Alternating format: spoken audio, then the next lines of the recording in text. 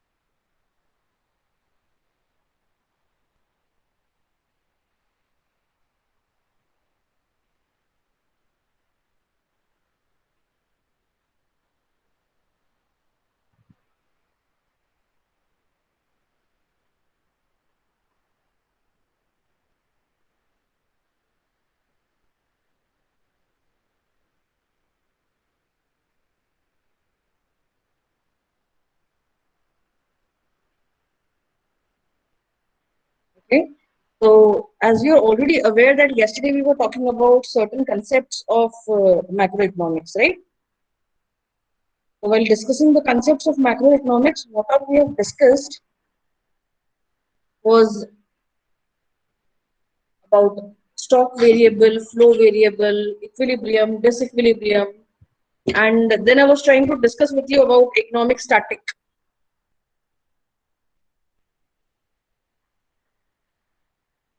But before I could go any further, you all started with no ma'am. So we had to stop. Today we'll start from where we left. That is economic static. Now, what is economic static? As I have told you yesterday also that static means the state of rest or something which is stable right now, basically motionless. So what here we are trying to say that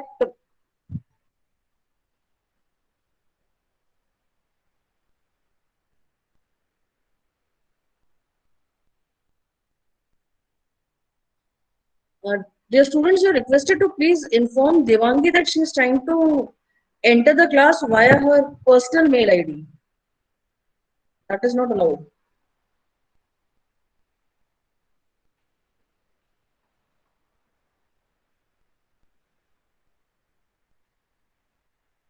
All of you are requested to come to join the class to your official email ID only. You will try to enter the class via your personal email ID, you will not be able to do that. Okay, so let's continue with this. Now, here in economic static, what they are trying to tell us that the economy in which the analysis is to be done or the study is to be done is in static condition. Now, the static economy does not mean that the economy is not having any activity. It is having an activity, but the activity is very much moving in the same direction. So it is not causing any sort of disequilibrium or ripple at all. Now, the analysis which is done in this sort of economy is called static analysis. Now, what does this static analysis do is that it takes into consideration that there is no change in the size of the economy or in the national output or price or unemployment or technology or stock of capital, population. There's no major change in any of these things. And if there is a change, they all are moving at a same pace. So that is what this static and by moving in the same pace, they are able to maintain an equilibrium. Now, this sort of equilibrium in an economy is called static equilibrium also.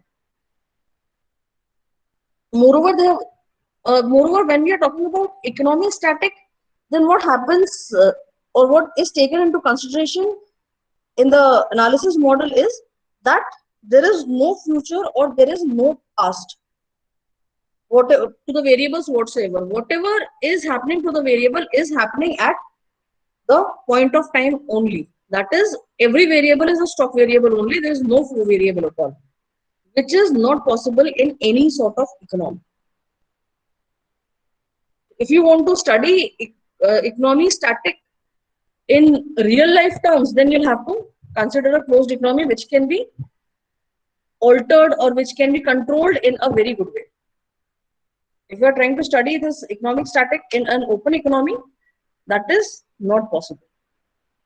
The next point that we are having in the concepts is economic dynamics. Now, what is this economic dynamics? This is absolutely in contrast to static approach. Now, what happens in the economic dynamic is that this is a study. This basically in economic dynamics, we are trying to study the factors and forces that are setting the economy in motion. And by setting the economy in motion, what are they doing? They are trying to bring or lead the economy towards a certain situation which do not lead it to a new equilibrium. Basically, whenever your economy is moving, it will not lead you to any sort of equilibrium. So here we can say that the dynamic analysis is something which is making the economy to have a certain sort of motion, and by setting the economy in motion, what it is doing, it is raising certain issues which cannot be handled through static or any sort of comparative static approaches. Like, if your demand is moving, the supply will definitely move in another direction. That is what happens in economy, in dynamic economy. The merit of dynamic analysis is that it has the power to predict the future in a regular course of economy. Then, moreover, all the variables are dated over here. They're having a certain moment in the time of scale. The factors and forces of the study can be studied over here. Then you can, by studying the interaction and interrelationship between different things, you can understand that what is happening in the economy and why it is happening. Moreover, in whenever we are studying about economic dynamics, the economic conditions continue to change over time, because in any economy which is having a certain sort of momentum, things will keep on changing. So the dynamic analysis will always take into account the time lag involved in the process of adjustment. If one thing changes, the other thing also has to change, and things have to adjust themselves to the given condition. So what it is studying is, this one will study the nature and the magnitude of changes and find whether they are dampening or they are positively affecting the economy, whether they are divergent or whether they are convergent. That is something which the dynamic or the economic dynamic will study. If they are convergent, the economy may reach another equilibrium. But at the same time, if they are divergent, the economy may not be able to attain another equilibrium position, and it will keep on oscillating constantly. Oscillating is it will keep on moving constantly. So that is what economic dynamic is about. Are we clear with this?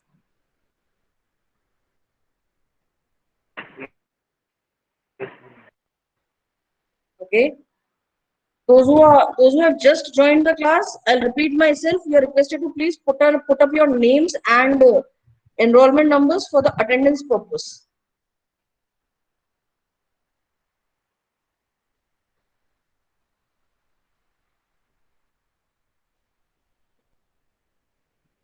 Okay, with this, we'll move towards the circular flow of income. Have you studied the circular flow of income?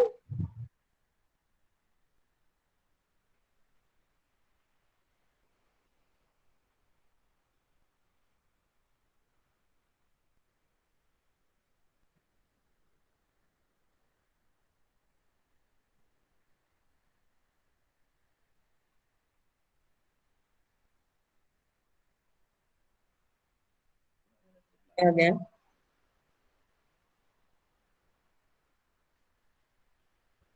So what is the circular flow of income? Let's discuss that first. Basically, when we are in an economy, the economy is defined as an integrated system of production, of exchange, of consumption, and in carrying out the economic activities, people are generally involved or generally get engaged in making certain transactions. Either they'll be buying or selling goods or services or such things. So whenever we are talking about economic transactions, these transactions are basically of two types. The first one is product or goods flow, that is the flow of goods and services, and the second one is money flow. So the product and money flow are generally in the opposite direction, and by moving in opposite direction, what they do is they make a circular flow of income and expenditure. Now, with this, let's move towards the circular flow of income and expenditure and try to understand what it is all about. See, this flow of, or we can say the circular flow, will begin with the flow of factors of production. Then the flow of factors of production will generate money flow, which will be termed as factor payments. Now, factor payments will take the form of factor income flows. Then factor income are spent on consumer goods and capital goods, which will take the form of expenditure flow. One thing will take the form of another. Then expenditure flow is in the form of money flow.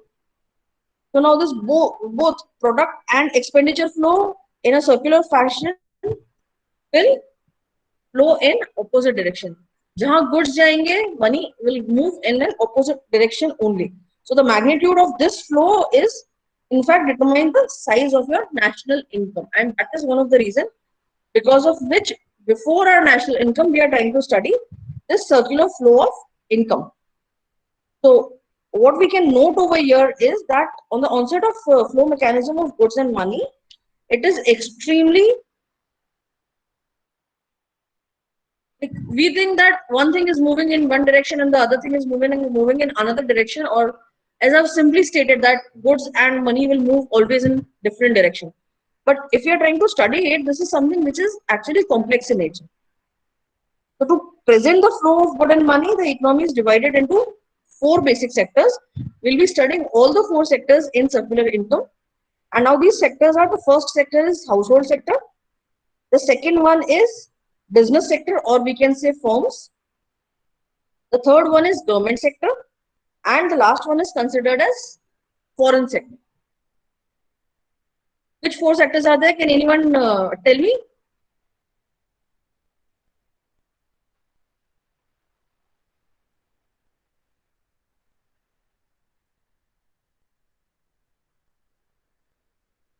Okay, government, household, and there's nothing like external or internal. Okay, which are the first two sectors? Household sector and business sector, yes. Then once you are into business, who will have, yes, firm also you can say. So first we are having the household sector and the firm, or we can say business sector. Once we are done with the household and business sector, which another sector will come into existence? Government. Okay. Once we are dealing with the government, only then we'll deal with foreign sector. Yes, very good. So these four sectors are combined in different models and they'll make the three models of circular flow of income and expenditure with respect to product and money. The first one is called the two sector model, which includes the household and the firm sector, or we can say business sector. The second one is the three sector model, which includes the household, business, and government sector. The third one is the four sector model, which is including the household, business, government, and foreign sector. These are the three different types of circular sectors, circular flow of income. Now, when we are talking about the circular flow in two sector model, it is the most simplified form of economy, because here it is assumed that The economy consists of only two economic sectors, which is household and firm sector. This module is basically excluding everything else. So it obviously it is unrealistic in nature, but as and when we move with the stepwise manner, things will become clearer for you, and that is the only purpose of making these. So before we analyze the circular flow, what we'll do is we will try to understand, or we'll try to look into the basic features, or we can say the functions of household and firm. That how are they interdependent in with one another. So what is but before understanding this household and firm also, what I'll try to do is, let me first explain you the real flow and the money flow. Now, what is this real flow? In simple economy, the flow of factor services from any household to firm and the resultant flow of goods and services from firm to household is known as real flow. Have you heard of the word this nominal account, personal account, real account? Have you heard this? Personal, real, and nominal account? Yes. Yes, So, ma'am. yeah, thank you. Whenever something which is touchable, which you can feel, which you can see, is moving from one place to another, that can be termed as a real flow.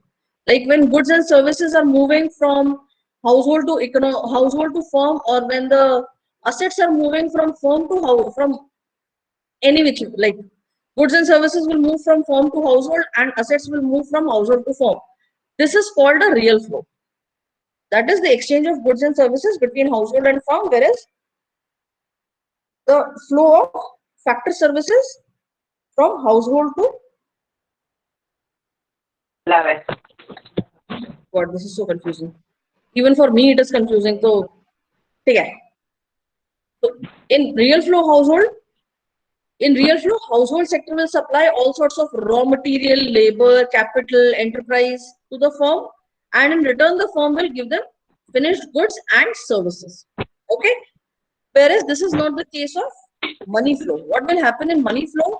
Someone's mic is on. Can you please? Jata, Sriram,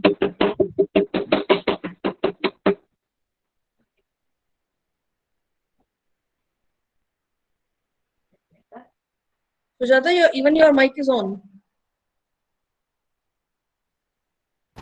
No, ma'am, my mic was off.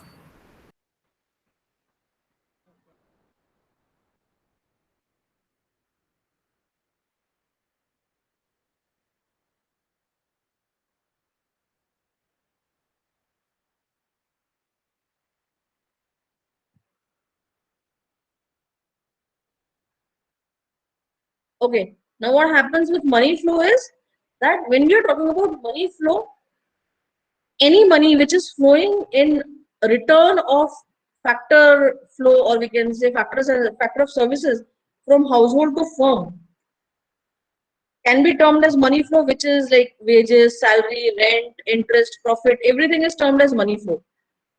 And at the same time, the money which is flowing from household to the firm with respect to the goods and services, or the finished goods and services which are provided by the firm to the household, will also be termed as money flow. Now, what is the difficulty for real flow and money flow? Now, the difficulty arises in barter system of exchange. When the goods and factor services between household and firm sector in real flow are having a barter system, whereas when it is, that is the place where you'll find that there is a problem which is arising when the barter system is taking place. Whereas when the system is taking place with the term of money flow, then there will not be any confusion.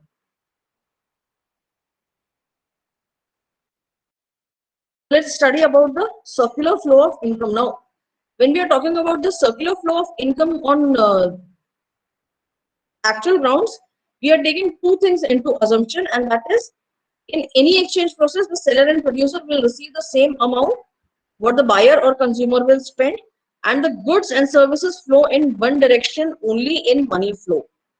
That is what we are assuming. So first of all, we'll start with the two sector economy. Now, before going further with the two-sector economy, that is firm and household, let's understand what these terms, that is household and business firm, stand for.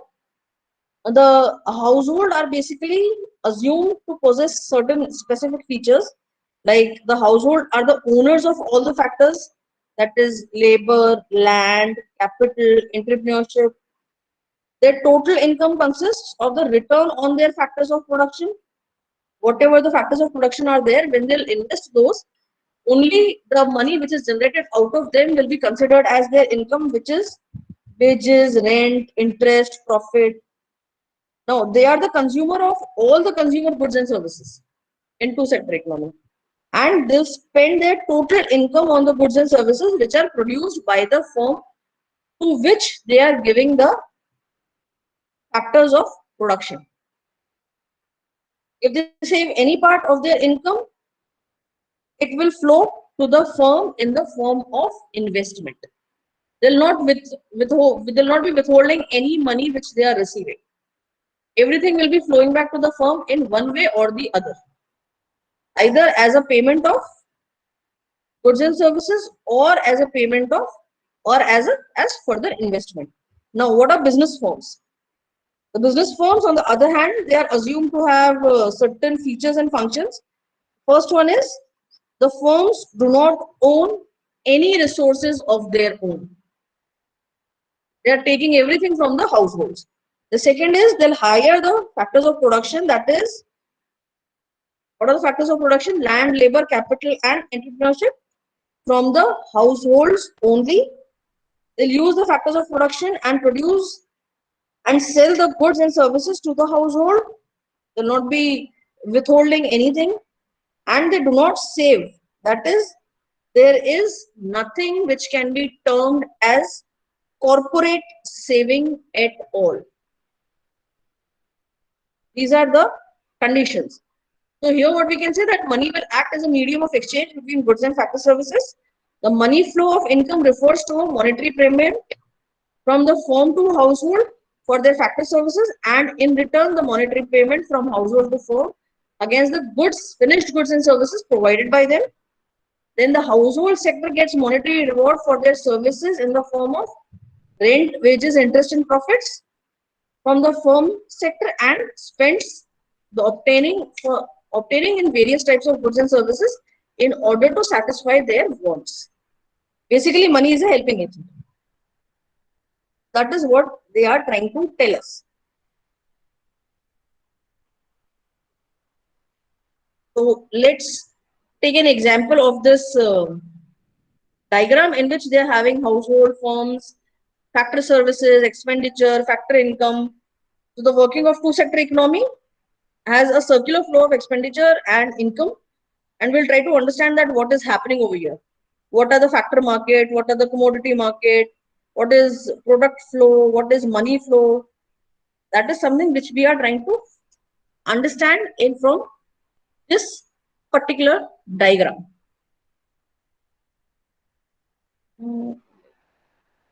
Just a second.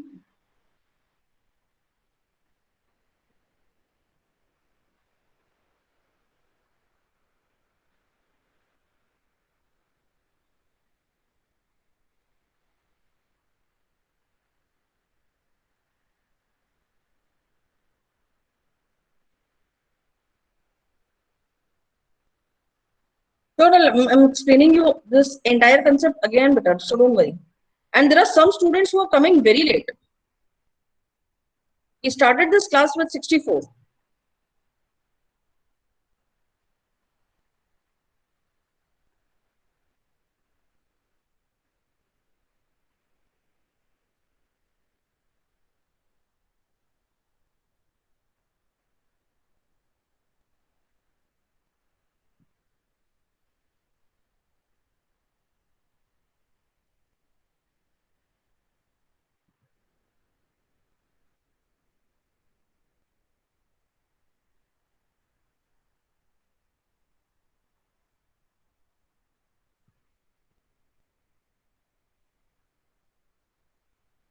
What are you trying to ask me to?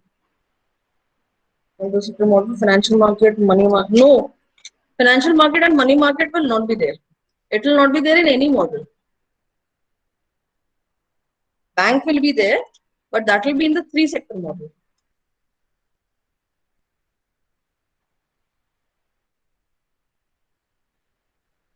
Okay, for those who are thinking that I'm going at a particular speed, I'll explain this once again to you. Here in 2-sector model, what we are having this household,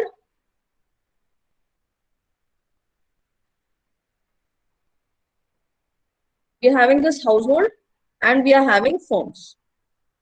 Okay, so and these are the only two parties which are involved in the economy. This is the closed economy. Whatever one will have, one will give only that the other one will utilize. So here, when we are talking about factor services, what all is provided by the household? See, the arrow is moving from the household to the firm in factor services. Now, what all factor services are provided? The household is having land, the household is having labor, the household is having capital, and the household is having entrepreneurship abilities. Are we clear with this? These are the factors of production.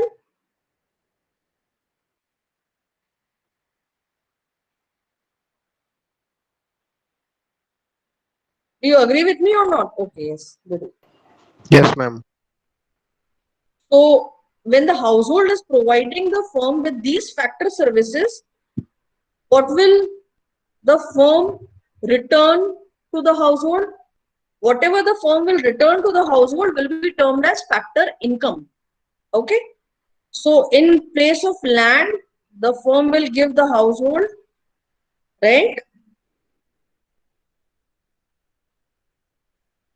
When you're taking land on rent, land on lease, you'll provide a certain amount of rent to the person from whom you are taking it, right? Then in place of labor,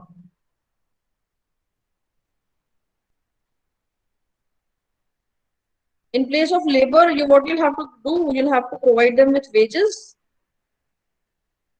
Am I right? Am I wrong?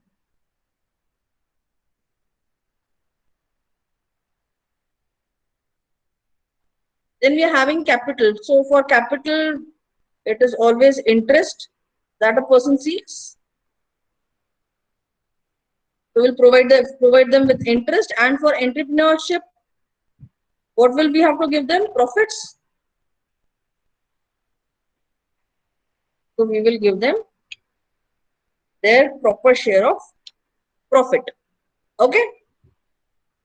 So this is the factor services are flowing to the firm, and the firm is paying the household in the form of all these things. But how will the firm pay? In order, see, in 2-sector economy, what we consider is that the total income of the household will come from the firm, and the total income of the firm will come from the household, and both of them will be equal. It is an assumption that the income and the expenditure of both the sectors will be equal. So now let's take into consideration that the firm is providing goods and services to the household. That is like foods, food articles, services, whatsoever. The house in which they are staying, or the electricity bill or whatever, is being provided by the firm. So for goods, the household is paying them with 2,500 rupees per month. And for services, the household is paying them 1,000 rupees per month.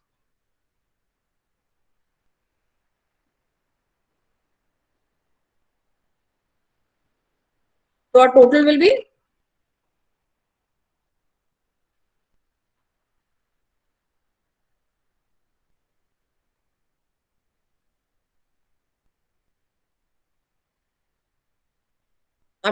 what? 3,500. Are you with me? Yes, ma'am. So now, this is we are aware that that 3,500 will be the total expenditure that a household is having towards the firm, and the total goods and services which a household is purchasing from the firm is what, 3,500 bucks. So the household will pay the firm with 3,500 rupees. So our total expenditure is for a household is coming to 3,500 rupees. But from where will they pay? They'll pay it from here. The firm is paying the rent to the household of 1,000 rupees.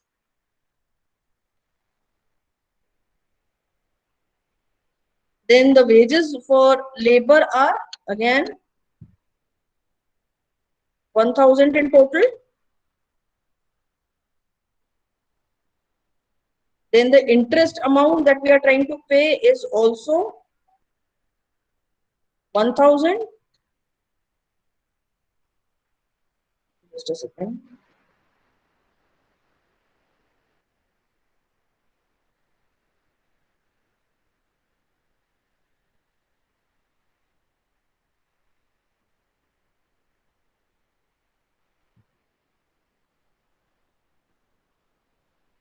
So this is clear to us. But at the same time, we are aware that the household is paying 3,500 rupees to the firm. Whereas till now we are able to see that the total expenditure for the firm is only 3,000 rupees. So the firm is getting a profit of 500 rupees and the household is the entrepreneur, so that 500 again goes to the entrepreneur in the form of profit. So now here our total is again coming to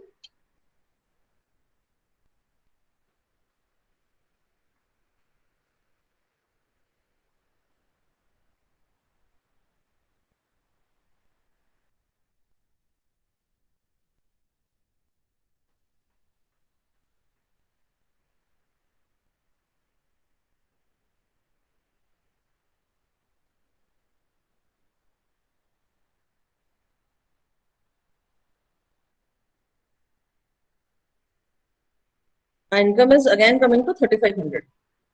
So here you can see that the factor services were provided by the firm at a cost of 3,500 rupees, which can be termed as factor income for the household.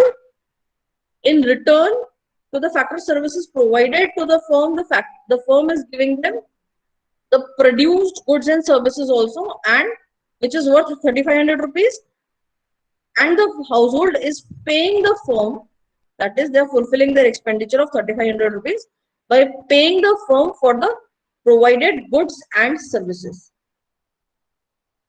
That is how the circular income will keep on moving. No one is withholding anything. Here, when we were able to see that the firm is paying only 3,000 rupees for 3 different factors, but we are having entrepreneurship also. So whatever profit remains, whatever extra amount remains from expenditure will be termed as profit, and that profit will also go to the factors of production only. Are we clear with this?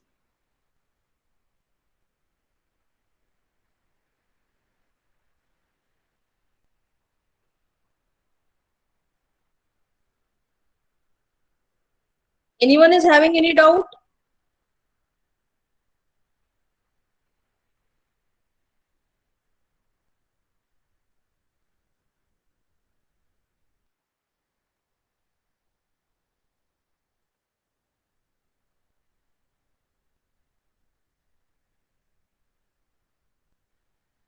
I'll wait, कुछ लोगों को बाद में समझ में आता है कि हमें डाउट है. I'll tell you once again, यहाँ क्या हो रहा है, हाउसहोल्ड ने factor services that is land, labour, capital and entrepreneurship firm को प्रोवाइड किया है, जिसके रिटर्न में फर्म ने फैक्टर इनकम दी है of 3,000 rupees, that is rent, wages and interest. They have paid 3,000 rupees. After that the firm has produced goods and services. Goods and services कौन use करेगा to sector economy में? Household. तो household का जो total expenditure for goods and services था वो था 3,500 rupees. Now जो हमारे 3 फैक्टर ऑफ फैक्टर सर्विसेज में प्रोवाइड किया, इनकम प्रोवाइड की गई थी, that was 3,000 rupees only, whereas the expenditure was 3,500 rupees. So we are getting the profit of 500, which will be provided to the household in the face of profit for the entrepreneurial activities done by the household in the firm. Are we clear now? जो जिन लोगों को नहीं समझ में आया था, जो कुछ बोलते भी नहीं है नहीं समझ में आने पे,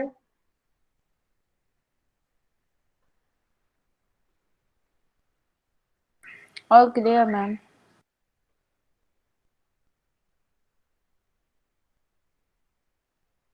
Om, have you understood better? Yes, ma'am. I'll have to ask one person. No? Mahi? Understood, ma'am. Okay. So when random people are saying yes, मतलब you have understood. All clear. Clinic all clear हो जाते हैं तुरंत ही. Okay, so we'll move towards the technical part of this two-sector economy. That is, how is expenditure and output working? So in the simple two-sector circular flow of income model, the state of equilibrium is defined in a situation in which there is no tendency for the levels of income and expenditure and output to change. See, whenever we are having this two-sector economy, which is by itself, the term is telling us that it is unrealistic in nature. It is mentioned in the slides itself that it is unrealistic. But even then, in order to understand things in a proper way, we are trying to understand it. What is happening over here? Here, our expenditure, output, and income will always be equal. अगर हमारा household का expenditure 3500 रुपए है तो हमारी income भी 3500 रुपए होगी. And similar is for the firm also. If our expenditure is 3,500 bucks, our income is 3,500 bucks, then our expenditure will also be 3,500 only. There won't be any change in them. This means that the expenditure of buyer, that is household, will become the income of the seller and vice versa. The firm then will spend this income on factors of production such as labor, capital, raw material, and they'll transfer their income to the factor owners. Now, who is the factor owner? Who's the factor owner? Can anyone tell me? In two-sector economy, who's the factor owner? Ram. Ram.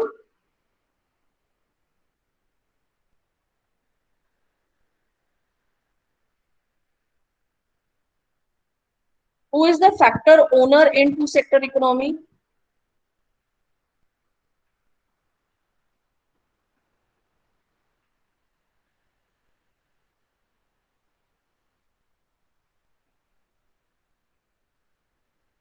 Huh? Government doesn't exist in two-sector.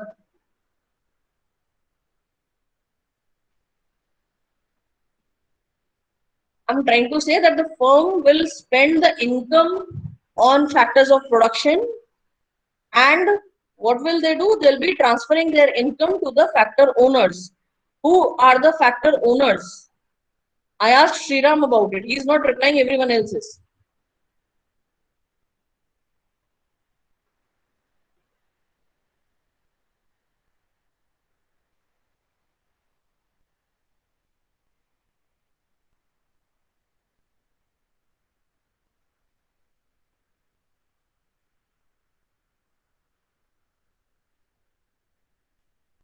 Yes, the households are the factor owners. Finally, the households are the factor owners in two-sector economy. So whatever income is being earned by the production, or whatever income is being termed as a profit, will be given to the factor owners, and the factor owners will spend their income on the goods and services which are produced by the firm. Hence, this will lead to the circular flow of income. It will go round and round and round and round and round. Then the next one which we are having is the three-sector model. Now, in three sector model, what all we are having? We are having household sector, we are having firms, or you can say producing sector, and we are having government sector. This is the model for your three sector model. In three sector model, you can take banks also.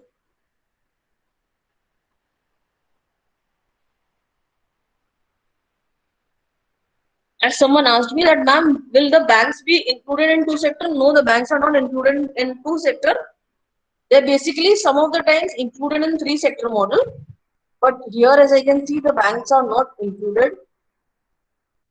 But any which ways, I'll explain you this in both the ways.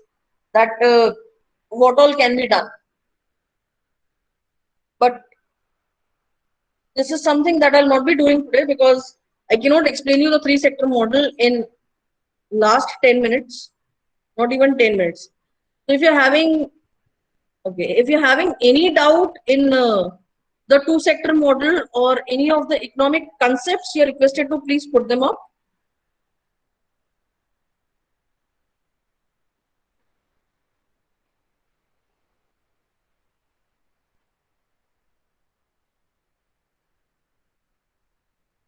Okay, sure. What is this static economy? Static is better that when the economy is stuck in a state of art, it will move. It's not so that the economy will not move at all. It will move. Okay, it will move, but it will move in such a way that no major changes will be there at all. Moreover, whenever we are trying to study the economy in a static state, we generally take into consideration that the economy is having only stock variables. That is the variables at a point of time, which is not very true. So that is what this static economy, or we can say economic static, is when the economy of any particular region, generally a closed economy, is being stuck in such a way that it keeps on reaching the equilibrium, or the equilibrium is constant because all the factors are handled in such a way that the equilibrium can be maintained for a longer period of time. That is what economy static is in layman language. That is in very basic words. Now, someone was telling me to explain the yes, factor services are from household to producer.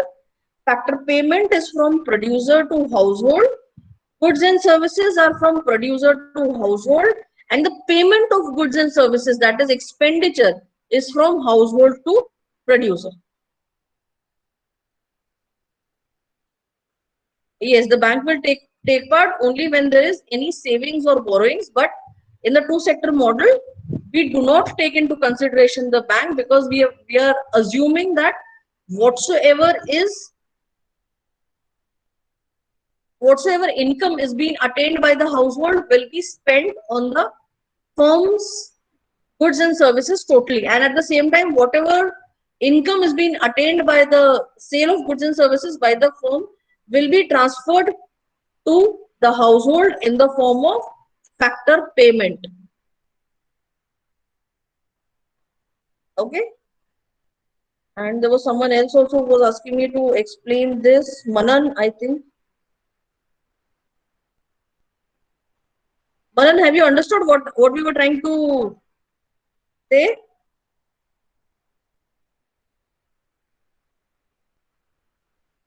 Manan? Okay.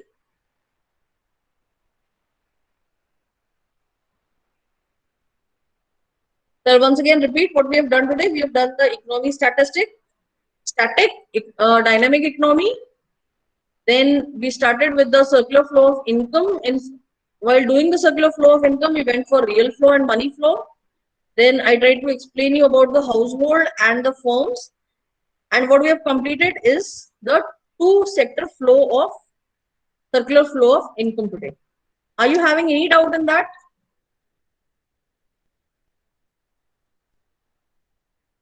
Okay, those who are clear with this, they can leave the class for the day. In our next class, we'll start with the three sector economy.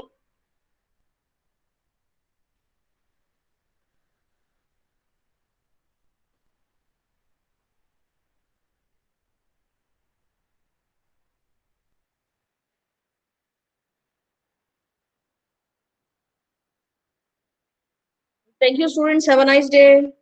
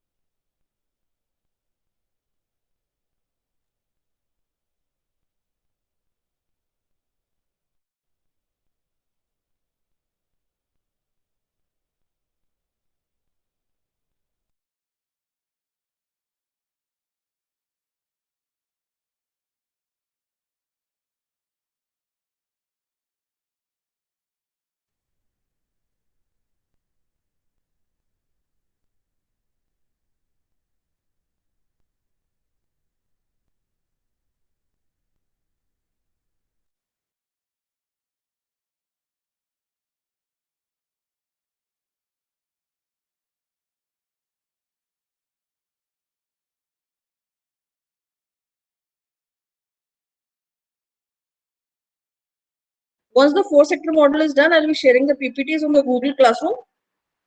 You can take it from there.